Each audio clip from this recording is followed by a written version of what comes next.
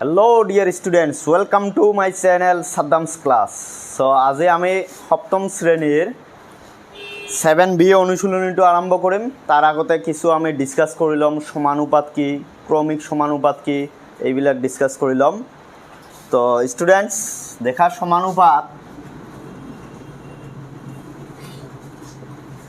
সমানুপাত হইছে সাপোজ দুটো অনুপাত লোৱা, তোমালোকৰ ইচ্ছা অনুযায়ী দুটো অনুপাত লোৱা। এটা লৈছোঁ মই 4:10, ঠিক আছে। আন এটা মই ল'ম সাপোজ 14:35 লৈছোঁ, 14:35। এই দুটা অনুপাত আমি সমানুপাত বুলি ক'ম কেনেকৈ? দেখা 4/10 আমি যদি লঘিষ্ঠ আকাৰত লওঁ 2:5 হ'ব না নাই? 14:35 টুক যদি আমি লঘিষ্ঠ আকাৰত লওঁ 7 দিয়ে আমাৰ কোটাকুটি যায় 2:5, ঠিক আছে। এতিয়া দেখা এই দুটা অনুপাতৰ লঘিষ্ঠ আকাৰটো কি হৈছে 2:5, এইটোৰো কি হৈছে 2:5। এতিয়া এই দুটা অনুপাতক আমি সমানুপাত বুলি ক'ম, কিয়? দুয়োটাৰে লঘিষ্ঠ আকাৰটো আমাৰ কি হৈছে? একে হৈছে। গতিকে 4:10 ইজ ইকুৱেল টু 14:35। এই দুটা আমাৰ সমানুপাত বুলি কোৱা হ'ব, ঠিক আছে, বুজি পাইছা? এতিয়া আমি ক্ৰমিক সমানুপাত কেনেকৈ উলিয়াবা? তোমালোকে কেনেকৈ ক্ৰমিক সমানুপাত তোমালোকে পৰীক্ষা কৰিবা যে এই চাৰিটা অনুপাত আছে, তোমালোকৰ চাৰিটা সংখ্যা আছে অনুপাতত, চাৰিটা সংখ্যা অনুপাতত থাকিলে তোমালোকে কেনেকৈ ক্ৰমিক সমানুপাত বুলি তোমালোকে পৰীক্ষা কৰিবা। আমাৰ এটা ফৰ্মুলা আছে, চাবা।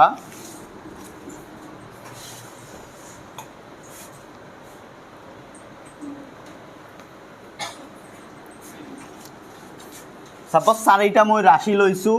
ABC আৰু কি D, এই চাৰিটা মই ৰাশি লৈছোঁ, ঠিক আছে। এই চাৰিটা ৰাশি এতিয়া মই সমানুপাতত লিখিম। সাপোজ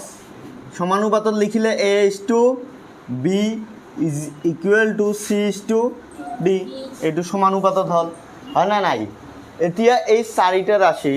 সমানুপাতত আছে নে নাই এইটো প্ৰমাণ কৰিব হ'লে আমি কি কৰিব লাগিব? দেখা তোমালোকে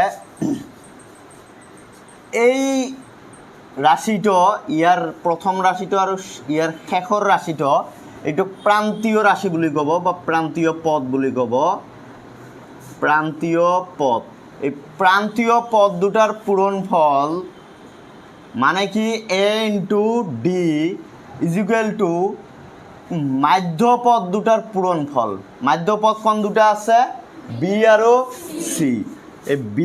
× C যদি আমাৰ সমান হয় তেন্তে আমি ক'ব পাৰিম যে আমাৰ এই চাৰিটা ৰাশি ক্ৰমিক সমানুপাতত আছে। ফৰ্মুলাটা হৈছে প্ৰান্তীয় পদ দুটাৰ পূৰণফল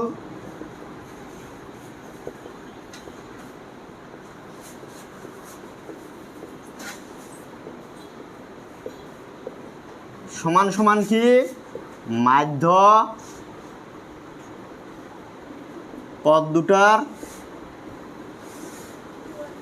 পূৰণফল হৈছে। এইটো আমাৰ মেইন ফৰ্মুলা। এইটো আমি এনেকৈ ক্ৰমিক সমানুপাতত আছে নে নাই পৰীক্ষা কৰিব পাৰিম, ঠিক আছে। এতিয়া আহা তোমালোকে 7B অনুশীলনী 7B আহা।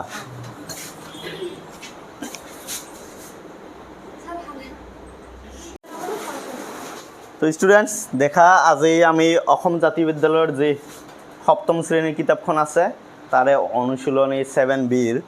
প্ৰথম কুৱেশ্যনটো আমি আৰম্ভ কৰিম। যিহেতু মই আগত তোমালোকক 7A অনুশীলনীটো কৰাইছোঁ ক্লাছত, এতিয়া 7Bটো আৰম্ভ কৰিম। প্ৰশ্নটো হৈছে তলৰ সংখ্যাবোৰ প্ৰদত্ত ক্ৰমত সমানুপাতিক হয় নে নহয় পৰীক্ষা কৰিব দিছে, ঠিক আছে। তোমালোকক অলপ আগতে মই বুজাই দিলোঁ যে ক্ৰমিক সমানুপাতত থাকিব হ'লে প্ৰান্তীয় পদ দুটাৰ পূৰণফল আৰু মাধ্য পদ দুটাৰ পূৰণফল আমাৰ কি হ'ব লাগে? সমান হ'ব লাগে, হয় না নাই? এতিয়া ফাৰ্ষ্ট আমি প্ৰান্তীয় পদ দুটাৰ পূৰণফল আমি উলিয়াম।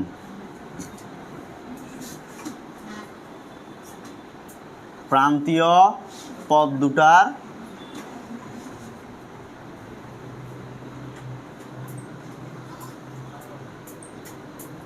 পূৰণফল প্ৰান্তীয় পদ দুটাৰ পূৰণফল কি আছে কি হব প্ৰান্তীয় পদ ইয়াতে 3 আৰু কি আছে 40 3 and 40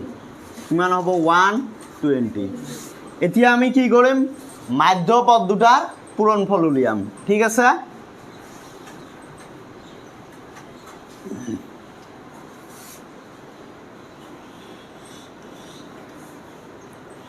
মাধ্যপদ কি আছে 8 into 15 কিমান হ'ব 8 into 15 তন্ময় কিমান হয় 8 into 15 তোমালোকে 120 বহা এতিয়া দেখা তোমালোকৰ প্ৰান্তীয় পদ দুটাৰ পূৰণফল আৰু মাধ্য পদ দুটাৰ পূরণফল সেম হৈছে না নাই তা আমি লিখিম অতএব প্রান্তীয় পদ দুটার পূরণফল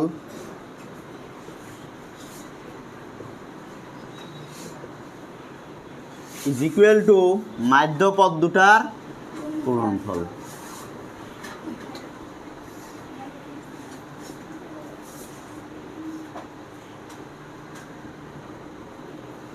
ঠিক আছে এতিয়া যদি আমার প্রান্তীয় পদ দুটার পূরণফল আর মাধ্য পদ দুটার পূরণফল সেম হয় ইকুয়াল হয় তেন্তে আমি লিখিব পাৰো এই চাৰিটা যে তোমালোকৰ আমাৰ প্ৰদত্ত সংখ্যা আছে এই চাৰিটা আমাৰ কি হ'ব ক্ৰমিক সমানুপাতত আছে অতএব 3, 8,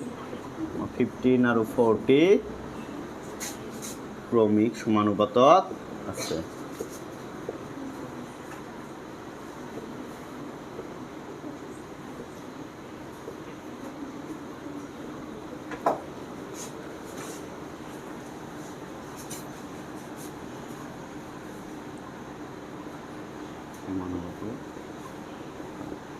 হৈছে এইটো তো এতিয়া আমি 2 নম্বৰ প্ৰশ্নটো সমাধান কৰিম 1 2 নম্বৰটো আমাৰ কি দিয়া আছে সংখ্যা কেইটা 7 13 21 আৰু 42 ফাৰ্স্ট আমি প্ৰান্তীয় পদ দুটাৰ পূৰণফল উলিয়াম প্ৰান্তীয় পদ দুটা আছে কি 7 into 42 শৰীফা কোৱাচোন পূৰণ কৰিলে কিমান হ'ব 7 into 42 কিমান 294 294 গুড বহা 13 into আমার মাধ্যপদ কি আছে 13 into 21 ঠিক আছে কিমান হ'ব কলম্বের 13 into 21 কিমান 273 এতিয়া দেখা তোমালোকে যে আমাৰ প্ৰান্তীয় পদ দুটাৰ পূৰণফল 294 বহা তুমি আৰু মাধ্য পদ দুটাৰ পূরণফল ওলাইছে 273 দুটা কি সমান নহয় তেন্তে আমি লিখিম নট ইকুয়াল এইটো চিন আমাৰ কি ইকুয়াল চিন দিয়ে কাটি দিলে নট ইকুয়াল মানে সমান নহয় সমান যদি নহয় তেন্তে আমি কি লিখিব পাৰো 7 13 21 আৰু 42 সংখ্যা কেইটা সমানুপাতিক নহয় সংখ্যা কেইটা সমানুপাতিক নহয়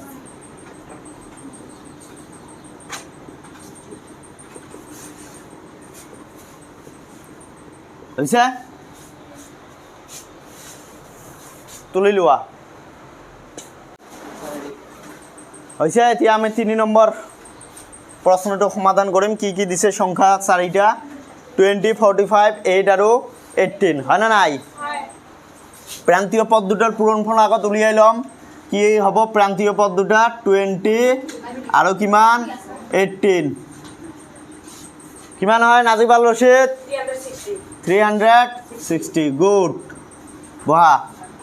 আৰু মাধ্য পদ দুটা আমাৰ কি আছে 45 আৰু 8 এই 45 আৰু 8 আমি পূৰণ কৰিম পূৰণ কৰিলে কিমান হ'ব সাদিয়া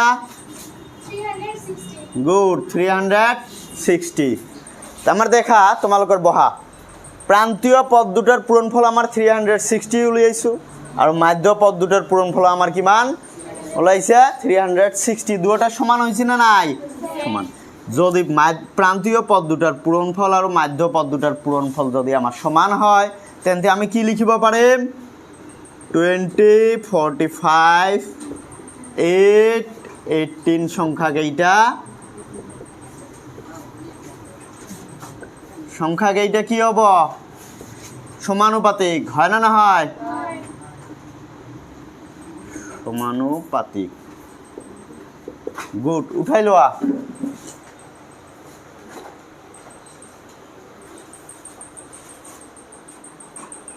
তাৰপিছত 4 নম্বৰটো তোমালোকে নিজে কৰাচোন 4 নম্বৰটো নিজে কৰা নিজে কৰি মোক কপিখন দেখুৱা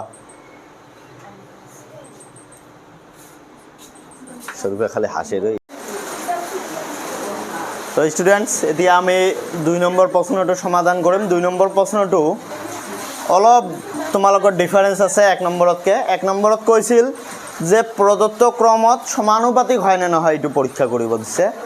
এইবাৰ কৈছে তিনিটা সংখ্যা দিছে ঠিক আছে কি কি 7 28 আৰু 35 এই তিনিটা সংখ্যা তোমালোকৰ প্ৰদত্ত ক্ৰমত ক্ৰমিক সমানুপাতিক হয় না নহয় এটো আমাক পৰীক্ষা কৰিব দিছে ঠিক আছে তা আমি এইটো উলিয়াব হলে তোমালোকে ফার্স্ট প্রথম রাশি আর দ্বিতীয় রাশিটোর অনুপাত উলিয়াব লাগিব ঠিক আছে তার পিছত দ্বিতীয়টো আর তৃতীয়টোর অনুপাত উলিয়াব লাগিব ঠিক আছে তার পিছত যদি আমার ইকুয়াল হয় দুটার অনুপাত বা লঘিষ্ঠ আকারটো যদি ইকুয়াল হয় তেন্তে আমি কব পারিম যে এই তিনিটা সংখ্যা ক্রমিক সমানুপাতিক হয় ঠিক আছে তা আমি ফার্স্ট উলিয়াম 7:28 7 divided by 28 কিমান হ'ব 7 1 গুণ 7 7 4 গুণ 28 হয় না নহয় 1 divided by 4 এতিয়া 28 divided by 35 মানে 28:35 এর অনুপাতটো আমি উলিয়াম 28 divided by 35 কি এর যাব 7 এর 7 4 আচ্ছা তেন্তে আমার কি অনুপাত দুটা ওলাইছে এটা হইছে 1 divided by 4 মানে 1:4 আর এটা 4:5 তেন্তে দুটো সমান না হয় তেন্তে আমি লিখিম 7:28 not equal to 28:35 এতিয়া আমি কি লিখিম এই সমানুপাতত ক্রমিক সমানুপাতত আছে যদি ইকুয়াল হল হয় তেন্তে আমার ক্রমিক সমানুপাতত থাকিলে হয় ইকুয়াল নহয় দুটাৰ অনুপাত হয় না নহয় এতিয়া আমি লিখিম 7:28:35 ক্রমিক সমানুপাত নহয় ক্রমিক সমানুপাত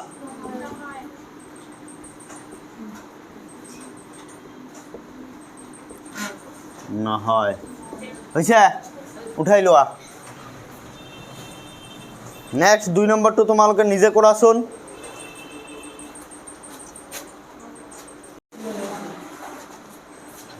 হইছে এতিয়া আমি 2 নম্বৰ প্ৰশ্নটো সমাধান কৰিম কি আছে 12 36 108 ফাৰ্স্ট আমি কি উলিয়াম 12 আৰু 36 এর অনুপাতটো উলিয়াই লম কি হব 12 1 গুণ মানে 12 1 গুণ 12 12 3 গুণ 36 হয় না নাই 1/3 এতিয়া আমার নেক্সট কি হব 36:108 108 108 হয় না না অ্যাম্বুলেন্সের নাম্বার এইটো 36 divided by 108 ঠিক আছে তোমালোকে কাটিলে কিমান হ'ব 1/3 দেখা তোমালোকে ডাইরেক্ট কাটাকাটিও কৰিব পৰা নাইবা তোমালোকে 9 দিও কৰিব পৰা দেখা 4 গুণ 9 4 গুণ তার পিছত 9 12 গুণ 108 4 1 গুণ 4 3 গুণ 12 তো 1/3 ডাইরেক্ট তোমালোকে 36 108 তোমালোকে কটাকটিও কৰিব পাৰা 1/3 হ'ব তো দেখা আমাৰ এই অনুপাত দুটা সমান হৈছে না নাই 12:36 is equal to 36:108 তেন্তে আমি কি লিখিব পাৰো 12:36:108 ক্ৰমিক সমানুপাতিক হয় ক্ৰমিক সমানুপাতিক হয়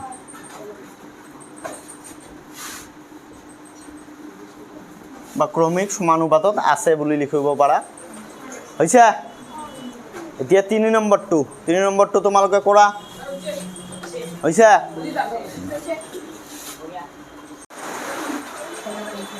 তো এতিয়া আমি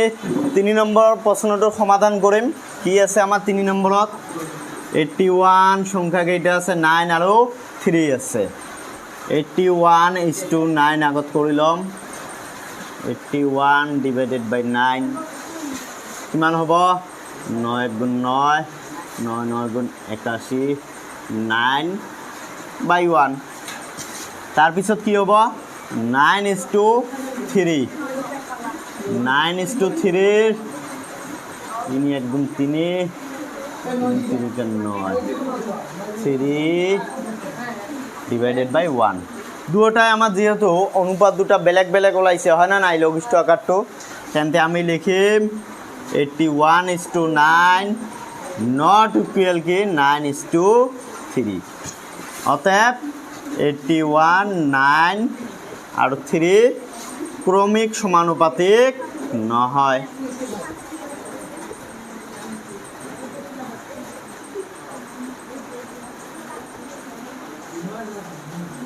ঠিক আছে উঠাই লোৱা এইটো তাৰপিছত আমি 4 নম্বৰটো কৰিম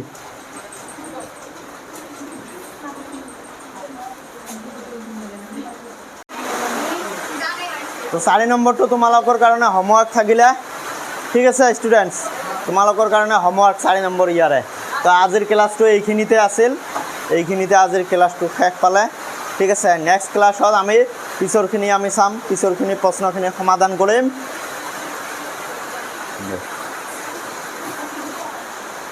শেষ